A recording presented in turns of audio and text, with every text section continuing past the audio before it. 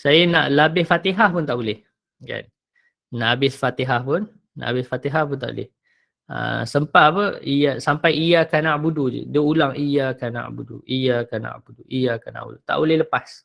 Dia tak boleh lepas, akhirnya jadi sakit kan. Sebab apa? Kata guru kami lah, Ustaz Raja tu. Dia kata bahawa ketika tu anak murid dia tu dah meningkat maqam dia kan, kedudukan dia.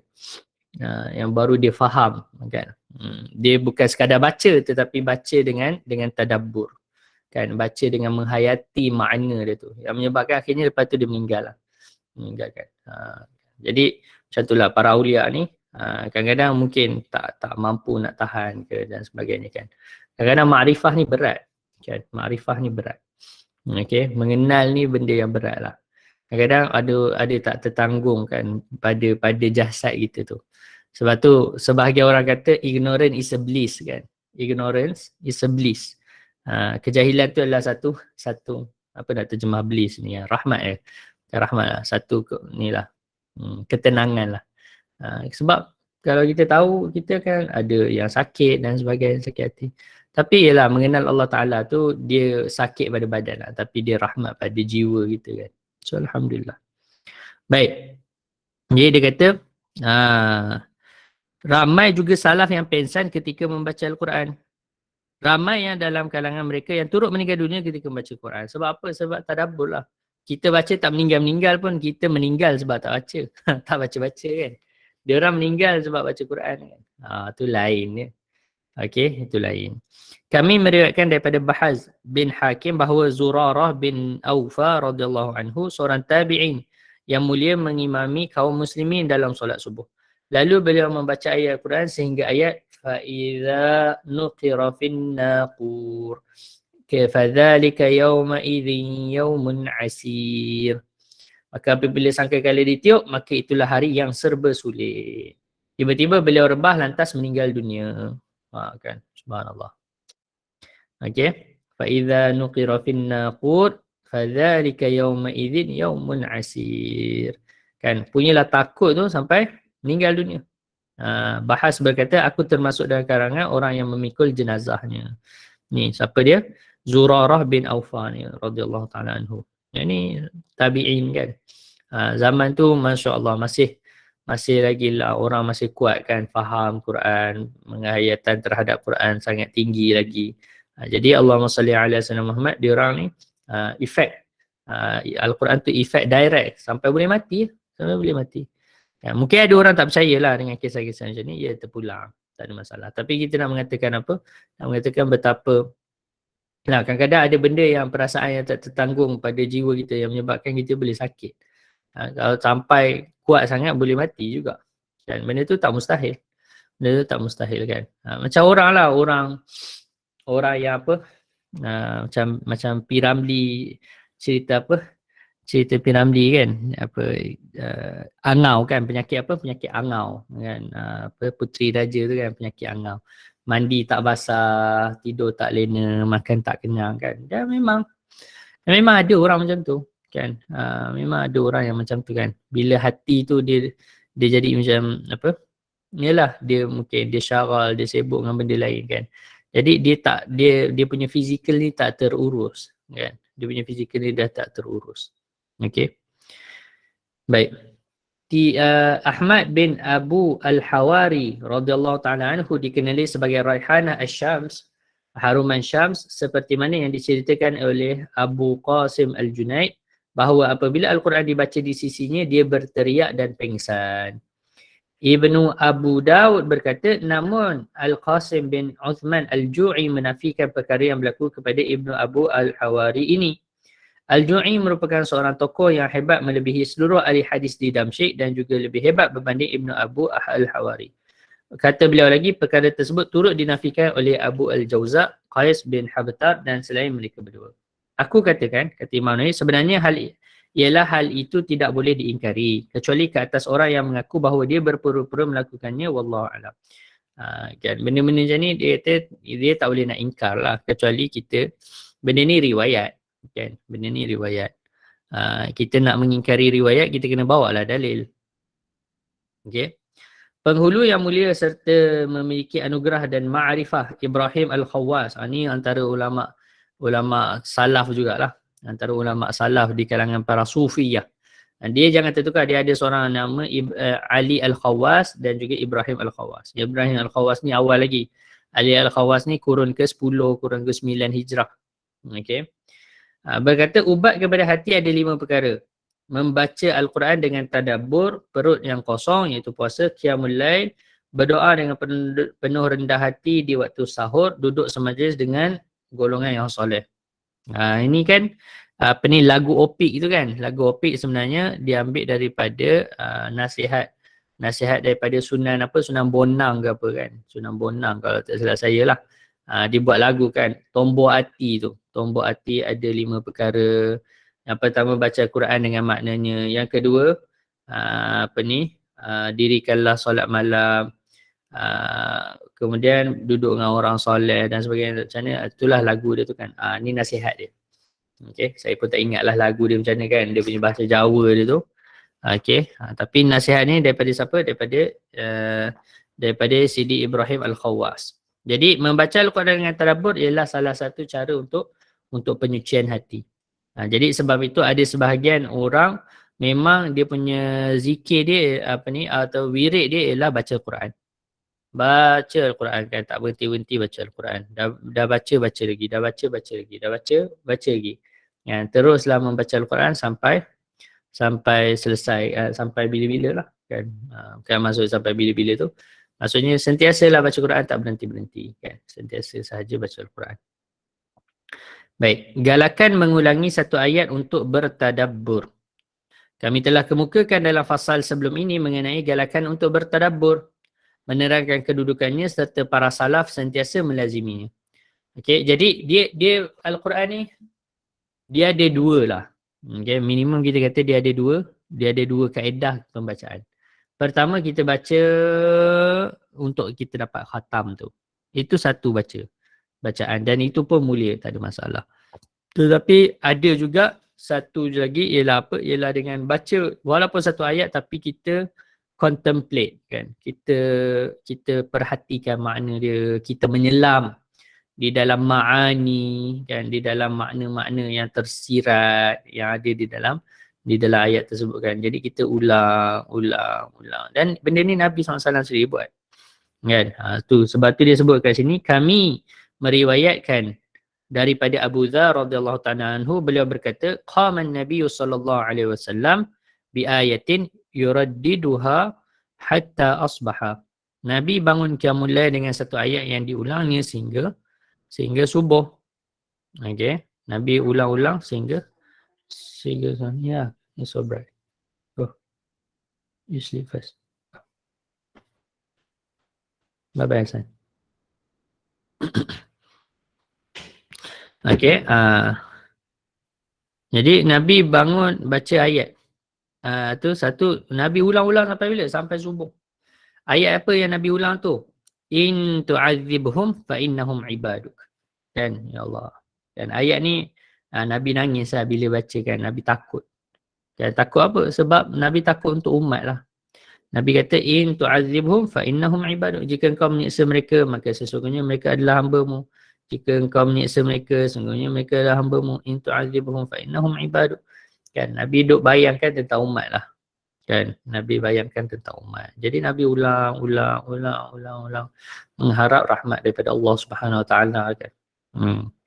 Hadis ini diriwayatkan oleh An-Nasa'i dan Ibnu Majah. Diriwayatkan daripada Tamim Ad-Dari bahawa radhiyallahu anhu bahawa beliau mengulangi ayat ini sehingga subuh. Am hasiballadzina jtarahus sayyiati an naj'alahum kalladzina amanu wa 'amilus solihat. Adakah orang-orang yang melakukan kejahatan itu mengira bahawa kami akan memperlakukan mereka seperti orang-orang beriman dan yang mengerjakan kebajikan? Ini soalan. Soalan ni tak perlu jawapan lah. Soalan ni just nak beri tambih kan. Maksudnya kamu ingat kamu akan dapat sama ke dengan orang-orang yang mana beramal? Kan, tak mungkinlah sama. Kan, tak mungkin samalah orang yang beramal dengan orang yang tak beramal. Mana boleh sama. Okey, kalau macam tu tak ada nilai lah. Orang yang beramal pun rasa buat apa saya beramal kalau tak dapat apa-apa kan. Jadi tak samalah. Diriwayatkan daripada Abbad bin Hamzah katanya, dakhaltu ala Asma'i radhiyallahu anha wa hiya taqra sorry. Famannallahu alaina wa waqana 'adzabas samum. فوقفت عندها فجعلت تعيدها وتدعو فطالت علي ذلك فذهبت إلى السوق فقضيت حاجتي ثم رجعت وهي تعيدها وتدعو. Aku telah berjumpa dengan Sayyidah Asma, kan? Sayyidah Asma ni anak Sayyidina Abu Bakar, kan? Asma binti Abu Bakar. Ketika beliau sedang membaca, maka Allah mengurniakan anugerah. Famannallahu alaina, anugerah kepada kami, wa waqana, dan memelihara kami azabas samum, daripada azab api neraka. Beliau berhenti pada ayat ini dan mengulanginya serta berdoa. Aku merasakan beliau berkeadaan begitu dalam tempoh yang lama. Aku pun keluar pergi ke pasar dan menyelesaikan segala keperluanku. Kemudian aku kembali dari pasar dan masih mendapatinya mengulangi ayat tersebut serta berdoa. Kami meriwayatkan kisah ini daripada Sayyidatina Aisyah.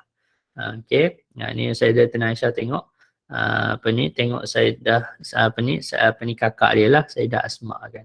Ulang baca, kan. Famannallahu alaina wa waqana azabas samum. Famannallahu alaina wa waqana azabas samum, kan. Famannallahu alaina, kan. Ya Allah Ta'ala mengurniakan anugerah kepada kami. Jadi kita minta, ya Allah kurniakanlah anugerah itu kepada kami. Ibnu Mas'ud mengulangi ayat apa? Rabbi zidni ilma. Ni untuk kita lah. Terutama anak-anak kita, kan. Ulang-ulang kan baca Rabbi zidni ilma, Rabbi zidni ilma, Rabbi zidni ilma. Kan? Rabbi zidni ilma warzuqni fahma, kan. Tapi paling kurang ulanglah ni Rabbi zidni ilma, supaya dikurniakan ilmu pengetahuan. Sa'id ibn Jubair, yakni ialah tabi'in, min kibari tabi'in, dan orang yang terakhir yang dibunuh oleh Hajjaj Yusuf As-Saqafi. Ni Sa'id ibn Jubair ni. Sa'id bin Jubair ni orang tabi'in besar lah. Ni hebat lah, Masya Allah. Jadi dia ni orang yang terakhir dibunuh oleh Hajjaj Yusuf As-Saqafi, kan. Kisah dia famous lah. Kisah dia famous. Syekh Nuruddin ada muatkan kisah dia tu dalam kitab dia tentang 99 wali Allah, kan. Kisah macam mana dia, Hajjaj panggil lah dia, kan. Hajjaj tanya, siapa nama kau? Nama aku Sa'id Balshaqi, kan. Balshaqi. Sa'id ni maksudnya apa? Sa'id ni maksudnya ialah sa'adah, kan. Sa'adah, Sa'id, kegembiraan ataupun Sa'id lah, Sa'id, kan. Safar Sa'id, keselamatan. Jadi Allahumma salli ala sayyidina Muhammad.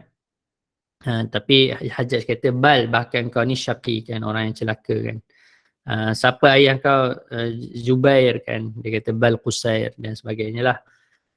Panjanglah dialog tu, dialog antara Sayyidina Sa'id bin Jubair dengan Hajjaj tu. Akhirnya Hajjaj kata, aku nak bunuh kau, kan. Aku nak bunuh kau. Jadi kata Sa'id bin Jubair, dia kata, akulah orang terakhir yang kau akan bunuh, kan. Akulah orang terakhir yang kau akan bunuh. Maka Hajjaj kata, aku dah bunuh orang yang lebih baik daripada engkau sebelum ni, kan. Aku dah bunuh orang yang lebih baik daripada engkau sebelum ni. Maka saya Ibn Jubair kata betul. Sebab sebab dia orang lebih baik dari aku lah, dia orang maafkan kau. Aku tak akan maafkan kau ni, kan. Dan memang lepas dia bunuh Sayyidina Sa'id bin Jubair ni, dia dihantui lah. Bahasa kita, dia dihantui oleh Sayyidina Sa'id bin Jubair ni, kan. Dia nampak macam Sayyidina Sa'id duk tarik-tarik kaki dia, kan. Nak tarik dia dalam neraka, nak tarik dia bawa masuk neraka, kan. Jadi dia mati dalam keadaan macam tu lah. Dia mati dalam keadaan macam tu. Wallahualam. Dan turut mengulangi. Jadi Sayyidina Sa'id bin Jubair ni dia ulang ayat apa? Wattaqu yawma turja'una fihi ilallah. Takutlah pada hari ketika kamu semua dikembalikan kepada Allah. Kalau kita baca ayat-ayat dia orang ni, Masya Allah, kan, takut. Dan turut mengulangi ayat fasawfa ya'lamun idzil aghlalu fi a'naqihim. Kekal mereka akan mengetahui ketika belenggu dan rantai dipasang di leher mereka ni dalam neraka. Serta ayat ma gharraka bi rabbikal karim. Apakah yang telah memperdayakan kamu membuat derhaka terhadap Tuhanmu yang Maha Pengasih. Ma gharraka bi rabbikal karim. Ma gharraka bi rabbikal karim. Apabila Ad-Dhahhak membaca ayat berikut, beliau akan mengulang-ulangnya sehingga waktu sahur. Lahum min fawqihim dhulalum minan nar wa min tahtihim dhulal. Di atas mereka ada lapisan daripada api dan di bawahnya juga ada lapisan yang disediakan bagi mereka.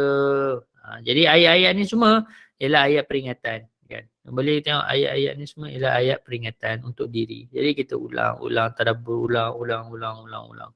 Kan? Sehingga yalah memberi kesan kepada dia macam zikir lah. Jadi bila kita ulang dan kita perhatikan makna sehingga makna tu penetrate dalam hati kita. Jadi kita akan terkesan. Kan? Kita akan terkesan.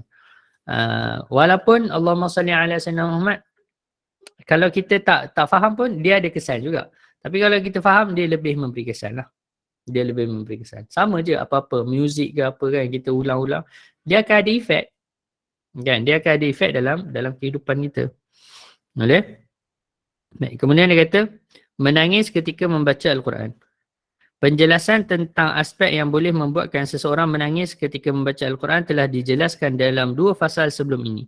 Dan ia adalah sifat bagi arifin serta syiar para salihin. Okey. Orang yang boleh baca Al-Quran dan menangis ni ialah apa? Dia ialah sifat bagi para arif billah. Okay. Dia sifat bagi para arif billah dan syiar, tanda bagi orang-orang soleh. Jadi kalau kita ni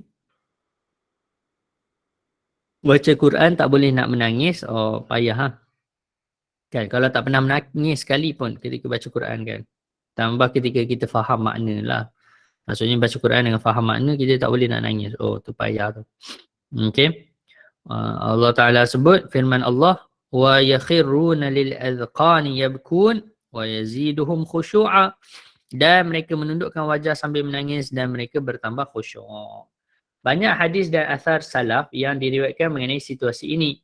Antaranya ialah sebuah hadis daripada Rasulullah SAW. Ini Nabi SAW sebut, Iqra'ul Quran wabku fa'illam tabku fatabakau. Okey, bacalah Al-Quran dan menangislah. Kan? Iqra'ul Quran wabku. Baca Quran dan menangis. Jika kamu tidak menangis, kan, illam tabku fatabakau, maka usahakanlah untuk menangis. Usaha. Diriwayatkan daripada Umar bin Al-Khattab radhiyallahu anhu, beliau berkata, beliau pernah solat subuh berjemaah lalu membaca surah Yusuf. Kemudian beliau menangis sehingga air mata mengalir jatuh di atas tulang selangkanya. Dalam satu riwayat lain, perkara tersebut berlaku dalam solat Isyak dan menunjukkan ia berlaku berulang kali. Dalam suatu riwayat lain lagi, beliau menangis sehingga tangisannya didengari dari belakang saf-saf solat. Kan? Tu. Bila baca Quran menangis. Itu biasalah. Ya, biasa, maksud biasa tu ialah kalau orang faham apa yang dia baca dan dia menghayati apa yang dia baca, maka dia akan sampai lah. Kan? Dia akan sampai. Allah Ta'ala akan sentuh hati kita. Itu poin dia kan. Allah Ta'ala akan sentuh hati kita. Ni Allah Ta'ala cerita pasal aku ni kan. Macam tu. Ini Allah Ta'ala cerita rahmat Allah Ta'ala luas. Tulang selangka ni. Ni tulang selangka. Kita panggil apa? Ni tulang. Kan kita punya tengkuk ni, dia ada satu tulang kat sini. Kan yang tulang kita panggil tulang selangka lah. Kan. Collarbone, betul, collarbone. Betul tak? Collarbone, tulang selangka. Tak silap saya sinilah tulang selangka ni. Okey. Wallah alam. Siapa sini yang ni ada tahu-tahu sikit? Betul. Okey, betul tu. Saya ni tak apa tahu sangat kan. Zaman dulu tak belajar biologi ni.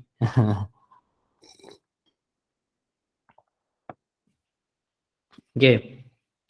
Dalam suatu riwayat daripada Abu Raja katanya, ra'aitu Ibnu Abbasin wa tahta 'ainaihi mithlu syirakin al-bali min ad-dumu'. Aku melihat Ibnu Abbas radhiyallahu anhuma, di bawah dua matanya terdapat garisan seperti tali selipar yang usang disebabkan aliran air mata. Kan macam bag eye bag lah kan, macam eye bag. Macam tu, macam eye bag. Okay, sebab apa banyak nangis. Dan memang para ulama macam tu. Dia ada kesan. Orang yang banyak nangis ni kan dia ada kesan. Tapi kita nangis sebab apa? Kita nangis sebab dunia lah. Kan kita nangis ni sebab dunia. Tak, para ulama ni, para aulia nangis sebab apa? Allahumma salli ala sayyidina Muhammad, sebab Allahumma salli ala sayyidina Muhammad sebab akhirat kan. Sebab akhirat. Kita kita baca kitab ni, At-Tibyan fi Adab Hamalatil Quran. Okey. Adab pembaca Al-Quran. Tu. Kitab ni kita baca hari Isnin. Mungkin hari ni ada ustaz yang terdapat hadir kan. Jadi Allahumma salli ala sayyidina Muhammad kita gantilah. Kemudian dia kata Allahumma salli ala sayyidina Muhammad diriwayatkan daripada Abu Saleh, beliau berkata qadima nasun min ahli al-Yaman ala Abi Bakr as-Siddiq radhiyallahu anhu.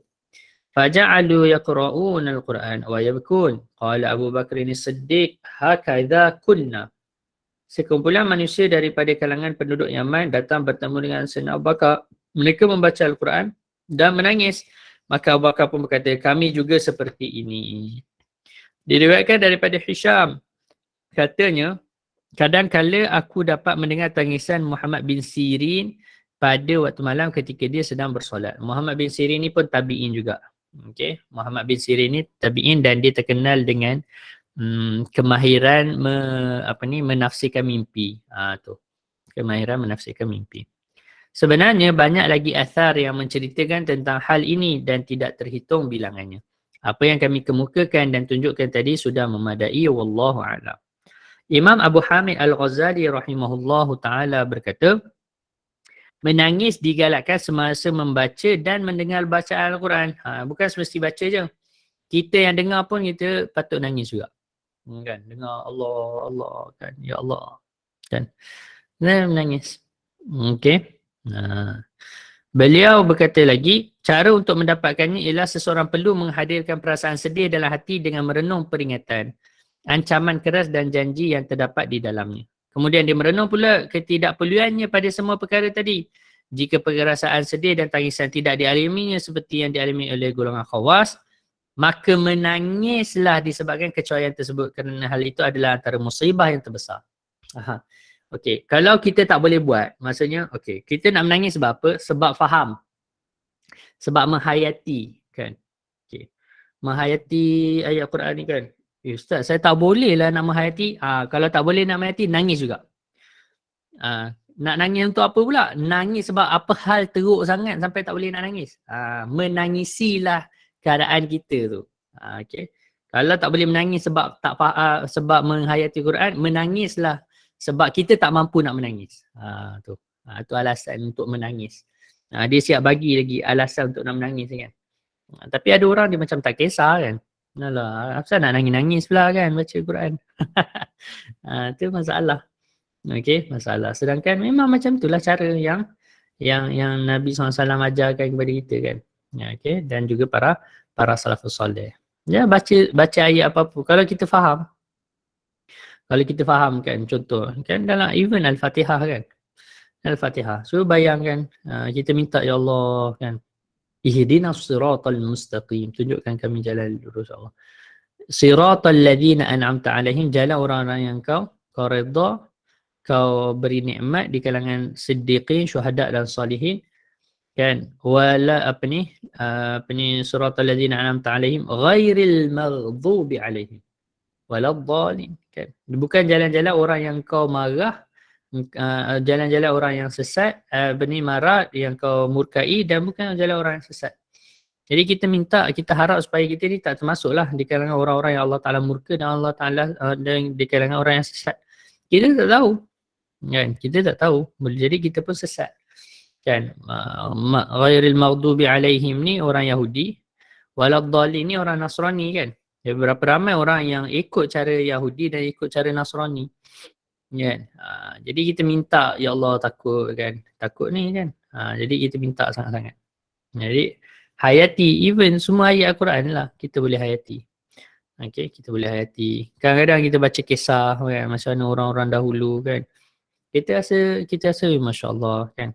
Macam mana hidup kan. Contoh perempuan baca kisah Sayyidatina Maryam kan, baca surah Maryam, baca tadabbur kan, macam mana, bayangkan perempuan mungkin lagi dekat kan, bayangkan ni nak bersalin seorang-seorang ni kan, nak bersalin seorang-seorang, kena fitnah orang cakap macam-macam pula kan. Tak ada suami nak comfortkan kita, nak belai-belai kita kan. Tak ada suami yang kita nak marah-marah kan. Kita lihat ada juga lah suami kita nak marah-marah lah apalah kan. Okay. Ni tak ada suami, bersalin seorang-seorang, bayangkan. Kan? Dan dah lah tu, orang kata macam-macam pula. Kita ni tak ada orang kata apa-apa kan. Paling kuat apa orang kata kita gemuk je. Okay. Tak ada orang nak kata lebih-lebih sangat dengan kita kan. Ni orang tuduh fitnah, zina, fitnah macam-macam. Bayangkan perasaan Sayyidatina Maryam ketika tu. Jadi ya kan, itu lagi dekat lah dengan kita. Dan bila kita baca ayat-ayat Quran juga kan, bila kita baca kisah-kisah dalam Quran, ini satu benda lah. Kita baca contoh, ini macam kena kat saya ni kan, kisah ni. So sebab tu kisah-kisah dalam Quran ni benda tu repetitif kan, benda tu repetitif. Kenapa Allah Ta'ala ulang kisah Nabi Musa banyak kali kan? Sebab memang itulah kehidupan di dunia. Ada pemerintah yang zalim kan, ada ialah pengikut yang tak nak dengar cakap. Memang setiap zaman ada je Firaun, setiap zaman ada je Nabi Musa. Maksudnya karakter tu kan, karakter tu. Jadi karakter mungkin berubah-ubah, betul tak? Karakter mungkin berubah-ubah, tetapi orang ni mungkin berubah, karakter benda tu sama je. Sejak daripada turun Nabi Adam sampailah sekarang sama je. Karakter syaitan tu pun ada, karakter iblis tu pun ada, karakter Nabi Adam tu ada. Maksudnya yang tersalah kemudian taubat ada. Jadi kita belajar daripada semua benda tu, kita terabur dan kita perhatikan, ni saya lah ni kan. Yang Allah Ta'ala cakap pasal saya ni. Ni kisah ni kena sangat dengan saya ni kan. Bila kita baca kisah Nabi Yusuf kan. Saya Masya Allah baca kisah Nabi Yusuf tu, kita sedih lah. Satu yang jadi Nabi Yusuf tu, bayangkan jadi ayah Nabi Yusuf kan, Nabi Yaqub AS. Macam mana anak meninggal, anak kesayangan pula tu kan, anak kesayangan pula tu. Dah tahu dah tak nak bagilah ke abang-abang ni kan, tahu abang-abang ni macam-macam kan, tapi yelah tak nak dia orang jealous lah kan, kata bapak ni tak percaya kat dia orang, bagilah juga, bagi-bagi tengok memang betul hilang kan. Apa dia kata, Allahul Musta'an kan, Allahul Musta'an kan, Allah Ta'ala lah yang nak tolong ni kan. Jadi bila kita jadi macam tu, kita rasalah bila kehilangan anak kan dan sebagainya. Macam tu kita nampak Nabi Yaqub kan. Contoh kita kena serahkan anak kita ke tempat lain. Tengok macam mak Nabi Musa alaihissalam kan, macam mana tawakal dia kepada Allah Subhanahu Wa Taala. Semua tu apa yang kita lalui dalam kehidupan kita semua ada dalam Quran. Kan? Semua ada dalam Quran. Dia tak adalah hidup kita ni tiba-tiba pelik lain lah daripada orang lain kan. Okay. Tak ada, jarang lah. Maksudnya biasanya dia ada juga meh-meh tu kan. Dia punya, kita panggil apa, mungkin exactly one to one tu tak ada, tetapi konsep kepada masalah hidup kita kat dunia ni semua ada dah. Allah Ta'ala ada cerita dah kan. Masalah benda berulang sama je. Masalah rezeki, masalah takdir, masalah itu, masalah susah kan, masalah susah, masalah dizalimi kan. Memang itulah, itu hidup dunia ni, itu je pun berulang-ulang tiap-tiap tahun, tiap-tiap masa kepada semua orang. Itu je lah apa yang akan dihadapi kan. Maka hadapi benda tu dengan Al-Quran, cari dia punya solusi dia dengan Al-Quran. Allah Ta'ala kata apa, wasta'inu bisabri wassalah, kan, minta tolong dengan sabar dan semayang. Allah Ta'ala dah suruh, Allah Ta'ala dah bagi solusi kan. Apa-apa masalah-masalah tu, Allah Ta'ala kata apa, kembali kepada Allah Ta'ala, kembali kepada Allah Ta'ala, kembali kepada Allah Ta'ala. Kita je lah tak nak dengar. Jadi sebab tu dengan kita tadabbur insyaAllah kan, insyaAllah. Baik, selesai. Golakan membaca Al-Quran secara tertil. Pembaca Al-Quran digalakkan membaca Al-Quran secara tartil. Tartil ni apa? Tartil ni maksudnya kita baca slow-slow. Okay, baca satu-satu. Ulama bersepakat bahawa bacaan tartil adalah sunnat. Allah Ta'ala berfirman, وَرَتِّلِ الْقُرْآنَ تَرْتِيلًا, dan bacalah Al-Quran itu dengan tartil.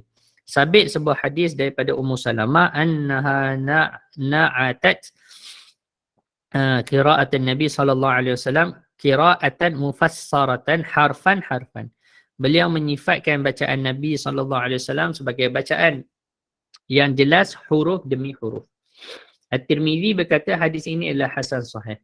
Muawiyah bin Qurrah meriwayatkan daripada Abdullah bin Mughaffal radhiyallahu anhu katanya, ra'aitu Rasulullah sallallahu alaihi wa alihi wasallam yauma fathi Makkah ala naqatihi yaqra'u suratul Fathah farajja'a fi qira'atihi. Aku melihat baginda Rasulullah SAW berada di atas untanya sambil membaca surah Al-Fath. Apa maksud hadis hasan sahih? Allahumma salli ala sayyidina Muhammad. Dia wallah alam. Even ulama kita pun tak tahu apa maksud hadis hasan sahih. Minimum dia hadis hasan lah. Okay, minimum dia hadis hasan. Sebab Imam Tirmizi ni dia punya, kita panggil apa?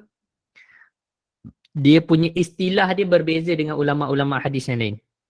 Okay, berbeza dengan ulama hadis yang lain. Ulama hadis yang lain hadis sahih. Atau hadis hasan. Atau hadis tu dhaif. Kan? Dhaif dengan sebab-sebab apa kan?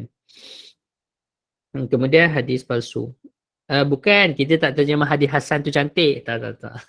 Dia istilah, istilah ni dia tak boleh terjemah. Okey, istilah ni tak boleh terjemah. Hadis hasan tu membawa maksud bahawasanya perawi dia tu bersifat adil. Dia tak sampai level siqah tapi di bawah siqah. Dia soduk. Okey, dia ada soduk. Okey. Jadi orang yang soduk ni hadis dia hadis hasan. Kalau di siqah hadis dia hadis sahih. Tu dia tak boleh terjemah hasan tu. Hadis tu baik, cantik tu. Okey. Dia istilah. Istilah ni tak boleh terjemah macam tadilah. Lebih sahih. Saya tak setuju terjemahan lebih sahih tu. Tapi tak apalah nak buat macam ni kan. Orang yang terjemah tu ikut suka hati dia lah kan. Tapi dari sudut istilah tak betul lah. Dia bukan lebih sahih. Kan. Dia lah memang dia punya asah ni kita terjemah literal lebih sahih lah. Tapi dia sepatutnya tak diterjemah lah. Asah ialah asah. Muqabilul asah. Muqabilul asah ialah qaul yang kuat. Tu je kita sebut. Okay, kita tak kata asah ialah lebih sahih. Tak. Muqabil asah ialah sahih. Bukan. Tak macam tu. Okay. Tak apalah. Tu istilah. Cuma hadis ni hasan lah. Minimum kita kata hadis ni hasan. Jadi adakah dia hasan nak naik ke sahih ataupun dia antara hasan dan sahih macam mana kan?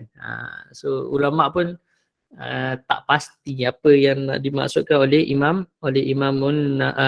Tirmizi. Tapi kalau Imam Tirmizi kata ini hadis hasan gharib. Yang tu maksudnya hadis ni memang hanya ada satu jalan dan ini je lah jalannya. Tu betul. Yang tu kita tahulah maksud dia. Hadis gharib kan. Hadis gharib ni maksudnya dia hanya ada satu jalan periwayatan saja. Mengetahui istilah-istilah ni pun penting enggak lah. Tapi dia ada subjek lain lah perempuan. Dia ada subjek lain. Okey. Kemudian Allahumma salli ala sayyidina Muhammad.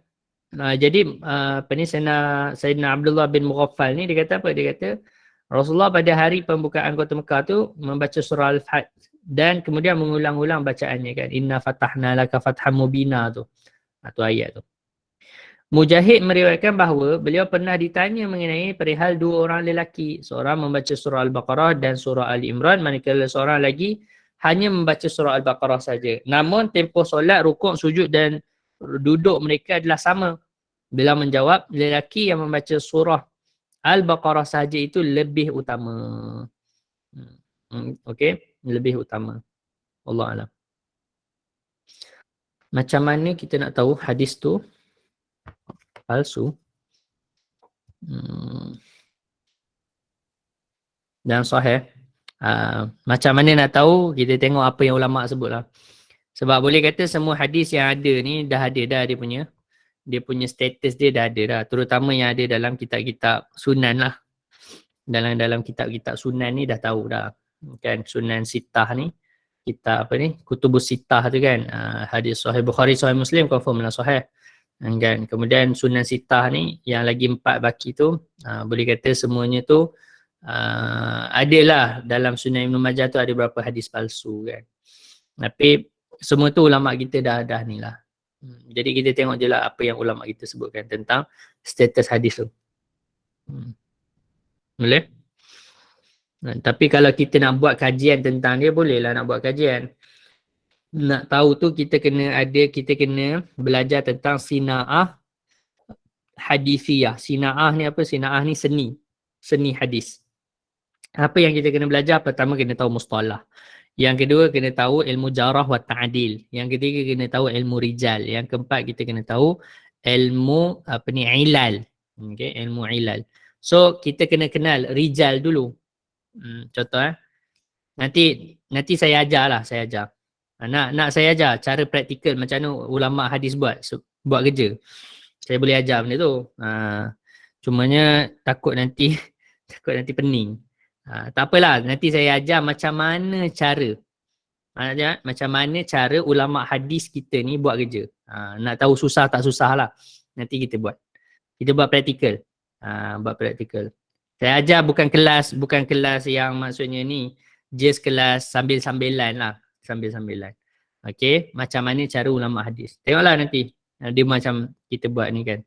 Sambil. Saya just nak tunjuk macam mana payahnya lah ulama nak buat ni. Tapi saya tak tahulah pakai ni boleh ke tak. Boleh kot. Nanti saya buat slide. Okay, nanti saya tengok sana. Kita ambil 1-2 hadis, kemudian kita cuba takhrij. Nama dia takhrij hadis. Ni ilmu dia tu ilmu takhrij. Ada buku. Buku apa tu? Okey. Wallahualam. Okey, kita berhenti sini dulu. InsyaAllah nanti kita sambung pada perkataan daripada Ibnu Abbas tu. Okey. Nanti kita sambung pada perkataan daripada Ibnu Abbas. Wallahualam. Jadi kita berhenti setakat situ. Ada soalan lain?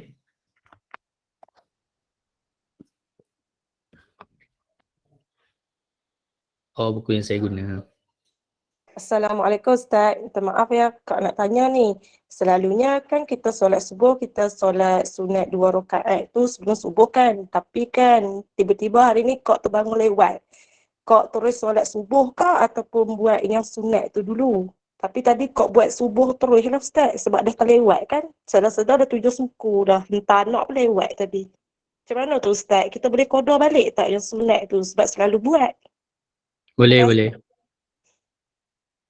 Boleh, boleh. Okey. Ada soalan lain?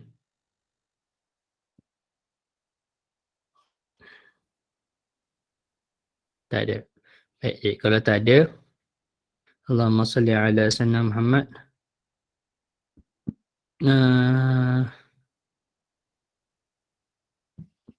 Itu saja daripada saya. Kita tangguhkan dulu dengan tasbih kafarah dan suratul As. Subhanakallahumma bihamdika asyhadu an la ilaha illa anta astaghfiruka wa atubu ilaik.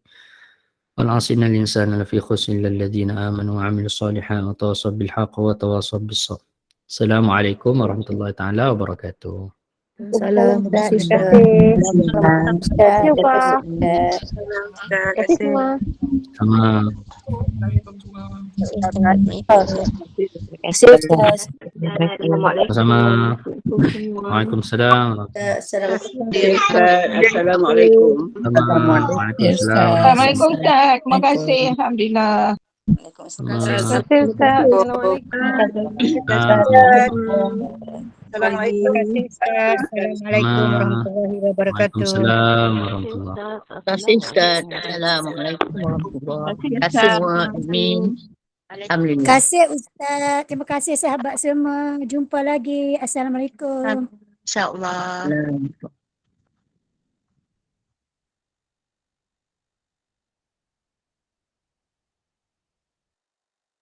Terima kasih admin, terima kasih Ustaz. Assalamualaikum.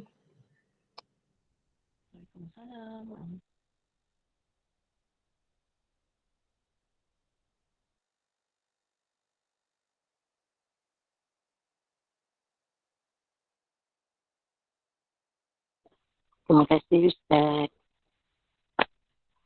Terima kasih Ustaz. Assalamualaikum.